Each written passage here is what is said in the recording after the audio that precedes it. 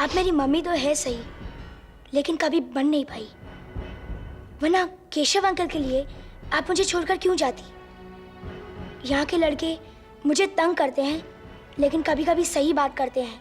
उनके हाथ में कॉपी है ये समझ में नहीं आता उन्हें, लेकिन वो उस विटनेस को ढूंढ रहे हैं जिसके सामने केशव मल्होत्रा ने उस वसीयत पर दस्तखत किए थे, क्योंकि उसकी गवाही कोर्ट में बहुत जरूरी है, तो वो लोग उसे ढूंढ रहे हैं। केशव मल्होत्रा, जीते जी तो उसने मुझे बहुत दुख दिया, लेकिन मरने के बाद भी। आप इत्मीनान रखिए मां, इस वसीयत को मैं आपका दुख नहीं बनने दूंगा। तू ये सब इसलिए करेगी क्योंकि तू मेरी पार्टनर बनने वाली है। मैं और partner? Yes. Alright. I don't believe it. कृपा करके हमरा एक बात सुन लीजिए। तुम्हारी कोई बात नहीं सुननी मुझे। कितना कितना गिरना चाहते हो तुम मेरी नजरों में? मैंने तुम्हें कहा था आइंदा मेरे सामने मत आना, तो क्यों चले आए गिड़गिड़ाने मेरे सामने? सच तो ये है कि मैं तुमसे नफरत करती हूँ, और अगर इसी तरह तुम मेरे पीछे पड़े रहे ना, तो मैं तुमसे घृणा करने लगूंगी।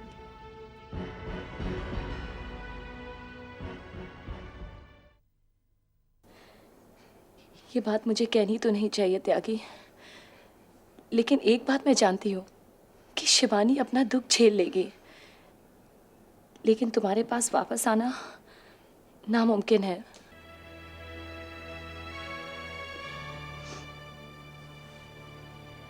अगर हमारे पास वापस नहीं आया ना, तो कयामत ही आ जाएगा।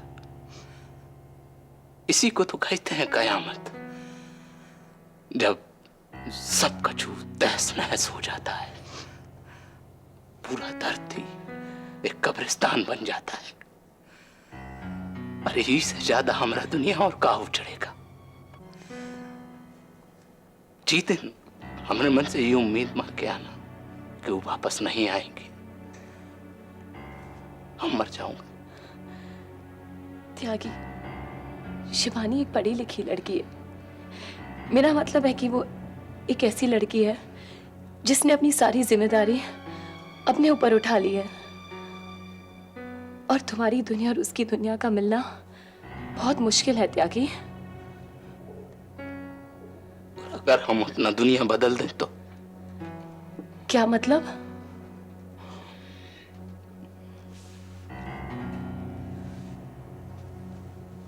यही बात हम उनसे कहने आया था। जब हम उनका नजरों से अपने पेशा को देखा, तो हमका अपने पेशा से बहुत नफरत हो गया।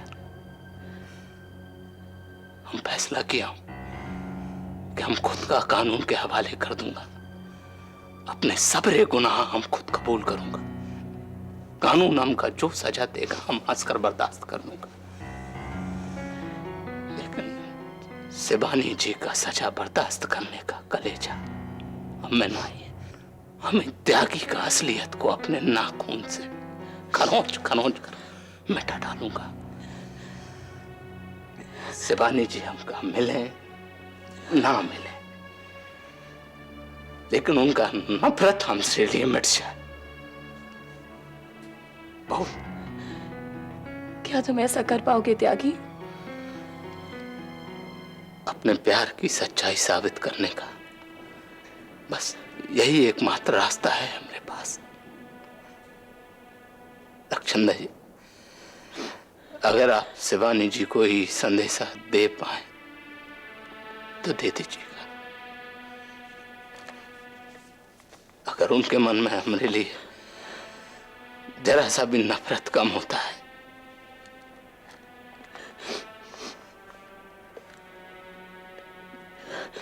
तो ये सौगात उनको रखने के लिए दे दीजिएगा।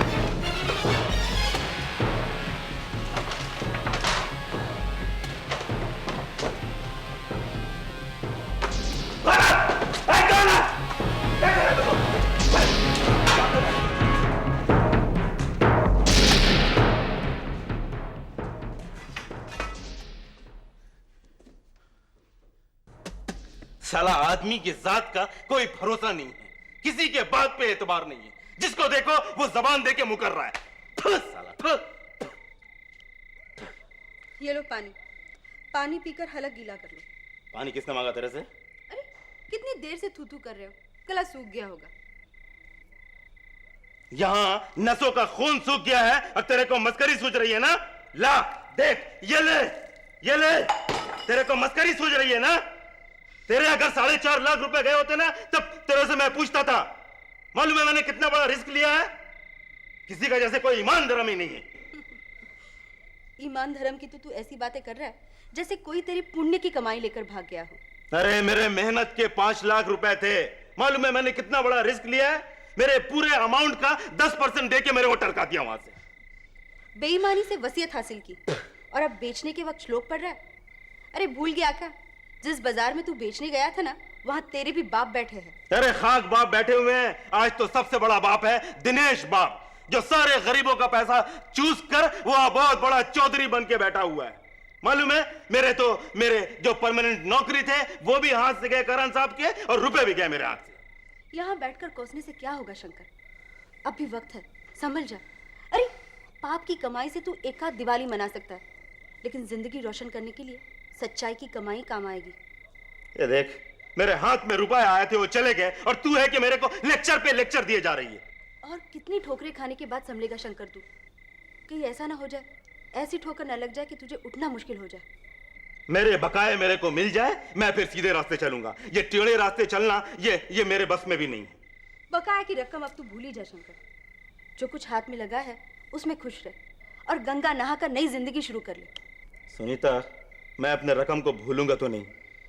मेरी जिंदगी संवर जाएगी अगर वो दिनेश मेरे ऊपर रहम खा जाए तो। कहाँ पाप की दुनिया में तू पुण्य की हसरत लिए घूम रहा है शंकर, कहीं ऐसा ना हो ये उम्मीद तेरे गले का फंदा बन जाए। अब चाहे गले का फंदा बने, चाहे मेरी जिंदगी कुर्बान हो जाए, लेकिन मैं तो आखिरी दम तक ट्राई मारना छोड़ूंगा नहीं।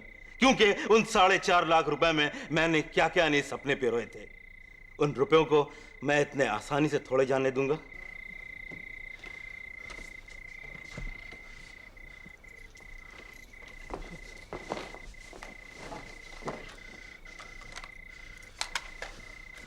हेलो, बंसल करण बोल रहा हूँ। हाँ करण साहब, इतनी रात को फोन किया? कुछ लोग आए थे यहाँ, सब तहस नहस करके चले गए यहाँ पे। ये दिनेश शाह के आदमी होंगे।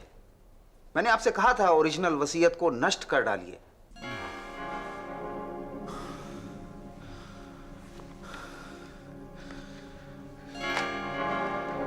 दिनेश शाह।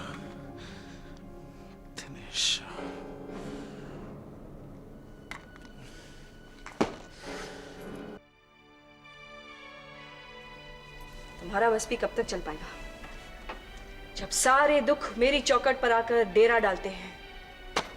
तुम कब तक और किस किस से मुझे छुटकारा दिलाते रहोगे? जाओ, चले जाओ, छोड़ दो मेरा साथ। स्वेतलाना सिर्फ तुम्हारा दुख बन सकती है केशव। वो आज तक हर अपने को दुख ही तो देती आई है, चाहे वो तुम हो या सोनू। मेरे इर्द गिर्द जितने भी लोग हैं उनमें से सब मुझ पर दर्द का इल्जाम लगाते हैं। मैं कभी किसी को खुशी दे पाई हूं क्या? हाँ? क्या बात है स्वेतलाना, यहां क्यों खड़े हो बेटे? सोनू तो मिल गया है ना, अब क्या बात है? मैं तो सोनू को पूरी तरह खोकर आ रही हूं मां। खोकर आ रही हो? क्या मतलब? सोनू ने साफ लफ्जों में ऐलान कर दिया कि मैं कभी उसकी मां नहीं बन पाई। ऐसा सोनू ने कहा? ये सोनू के मुंह से निकले शब्द हैं मां। रॉनी कितनी बार मुझ पर यह आरोप लगा चुका है, लेकिन मैंने उसकी परवाह नहीं की। लेकिन सोनू की आवाज ने इस इल्जाम को साबित कर दिया। स्वेतलाना, एक तेरी बहुत बुरी आदत पड़ गई है। जब भी कोई दुख होता है तो अपने आप को कोसने लगती है। तू अपने दिल से पूछ, क्या सोनू ने कभी तुझे प्यार नहीं किया? दिल से बहुत बार पूछ चुकी हूं मां। पंचगनी से लौटने का सफर ऐसे ही तय किया था। दिल को ममता के कटघरे में खड़ा करके सोनू के आरोप दोहराती रही, लेकिन दिल के पास कोई सबूत नहीं था, कोई दलील नहीं थी। सोनू मुझे प्यार करे भी तो क्यों करे? मुझे अपनी माँ माने भी तो क्यों माने? मैंने ऐसा क्या किया है जो माएँ अक्सर अपने बेटों के लिए करती हैं? बेटे, तेरी भी कुछ मजबूरियां रही होंगी। तो सोनू भी अपनी मजबूरियों से मजबूर है। वहां बेटा मजबूर है, यहाँ माँ मजबूर है। रिश्ता मजबूरियों पर बलि चढ़ गया। जाने दो माँ, मैंने फैसला ले लिया है। मैं सोनू पर अपने सारे हक भूल जाऊंगी धीरे धीरे। मैं अपने जज्बात उस पर जाहिर करने जब जब निकलती हूं तो उसके दिल में दुख ही छोड़ाती हूं। अब मैं उसे कभी नहीं बुलाऊंगी। वो अपनी खुशी से आए तो ठीक है, और न भी आए तो ठीक है। श्वेतलाना, वसीयत की असली कॉपी करण के पास है। करण के पास? मुझे तो पहले ही शक था। चलो हम लोग खुद चलकर रंजना देवी और करण से मिलते हैं। मैं कोशिश करता हूं कि बिना किसी कोर्ट केस के सिल्वर एस्टेट तुम्हें मिल जाए।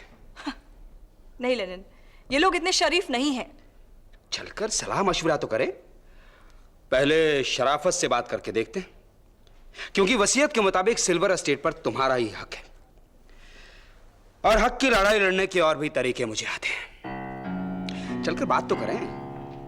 मिस्टर शाह, केशव मल्होत्रा की वसीयत के विटनेस का पता चल गया है। कहाँ है वो? वो संध्या राव नाम की एक एयर होस्टेस है जो आजकल कनाडा के शहर वैंकूवर में रहती है।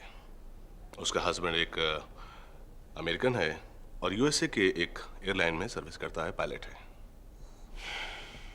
संध्या राव, कनाडा, वैंकूवर।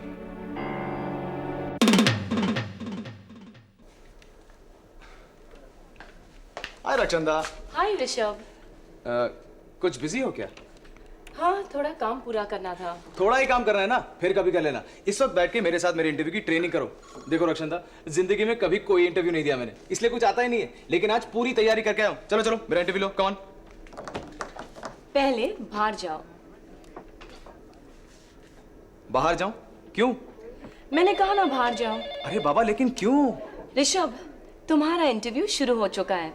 अगर तुम किसी इंटरव्यूअर के कैबिन में बिना इजाजत लिए आ जाओगे तो तुम्हें नौकरी क्या खाक मिलेगी? पहले बाहर जाओ, दरवाजा खटखटा और पूछो, मे आई कम इन? जब तुम्हें जवाब मिले कि यू कैन कम इन, तब तुम अंदर आना। अब चलो बाहर जाओ।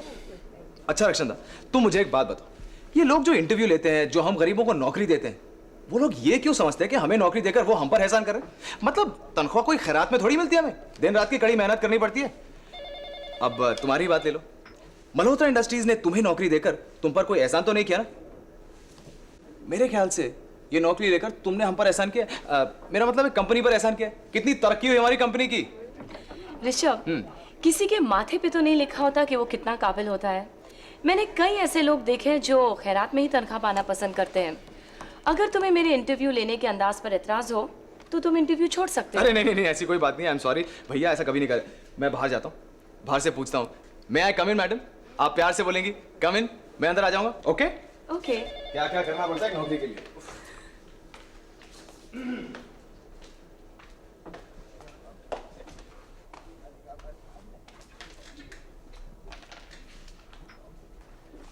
मे आई कम इन? एक्सक्यूज मी, मे आई कम इन? अजी मैंने पूछा क्या मैं अंदर आ सकता हूं? हमने सुन लिया। जब हम तुम्हें इजाजत दें अंदर आने की, तब तुम अंदर आना।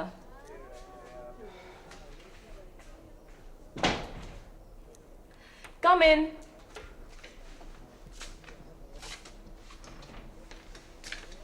Good morning madam.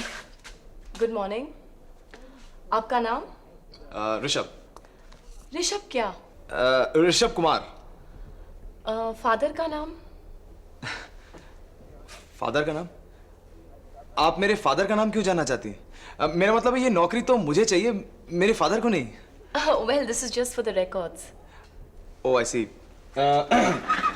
Mister Keshav Malhotra. जब आपसे बैठने को कहा जाए तब आप बैठना। Now you can sit down. Thank you. Mister Rishabh, आपने बताया कि आपके फादर का नाम मिस्टर केशव मल्होत्रा है। जी। तब आप तो मिस्टर ऋषभ मल्होत्रा कहलाएंगे ना? जी बिल्कुल। मैं ऋषभ मल्होत्रा ही कहलवाता था, लेकिन आजकल मैंने अपने नाम के पीछे मल्होत्रा लगाना छोड़ दिया है। इसकी वजह मैं जान सकती हूँ? जी जान सकती हैं। देखिए मैडम, मैं अपनी शख्सियत खुद तराशना चाहता हूँ, मतलब अपने डैड की परछाई बनकर नहीं जीना चाहता। मिस्टर ऋषभ, मैं आपके जज्बे की कदर करती हूँ, लेकिन आपके जैसे इस शहर में हजारों मल्होत्रास हैं। जब तक आप ये नहीं जाहिर करेंगे कि आप मल्होत्रा इंडस्ट्री के ऋषभ मल्होत्रा हैं, तब तक कोई जानना भी नहीं चाहेगा। You know madam, I think you are right. Well I know that. वैसे मिस्टर ऋषभ, आपकी पर्सनालिटी में आपकी खूबियाँ या खामियाँ क्या हैं? क्या मतलब? मेरा मतलब है कि आपके पॉजिटिव या नेगेटिव पॉइंट्स क्या हैं? देखिए, excuse me for saying this, लेकिन मैं यहाँ जॉब इंटरव्यू के लिए आया हूँ, शादी का प्रस्ताव लेकर नहीं। इसलिए अगर आप सवाल करना ही चाहती हैं तो मेरे एजुकेशनल क्वालिफिकेशंस के बारे में मुझसे पूछ सकती हैं। मिस्टर ऋषभ, आज के दौर में डिग्री हासिल करना सबसे आसान बात है। मैं ऐसे कई लोगों को जानती हूँ जो बहुत ज़्यादा पढ़े लिखे होते हैं लेकिन नालायक साबित होते हैं, और कई ऐसे लोग हैं जो कम पढ़े लिखे होते हैं और कामयाब साबित होते हैं। कामयाबी की बुनियादी बातें होती हैं आपकी शख्सियत, आपके तेवर। You know madam, I think well I am right again. वैसे आपकी बातों से आपकी एक खामी और एक खूबी ज़रूर जाहिर होती है। वो क्या? आपकी खूबी यह है कि आपको फाइनली बात समझ में आ जाती है, और आपकी खामी यह है कि आपको बात देर से समझ में आती है।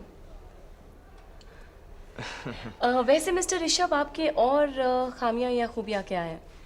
ऋषभ की सबसे बड़ी खामी तो ये है कि वो दूसरों की खूबियों के तले दब जाता है।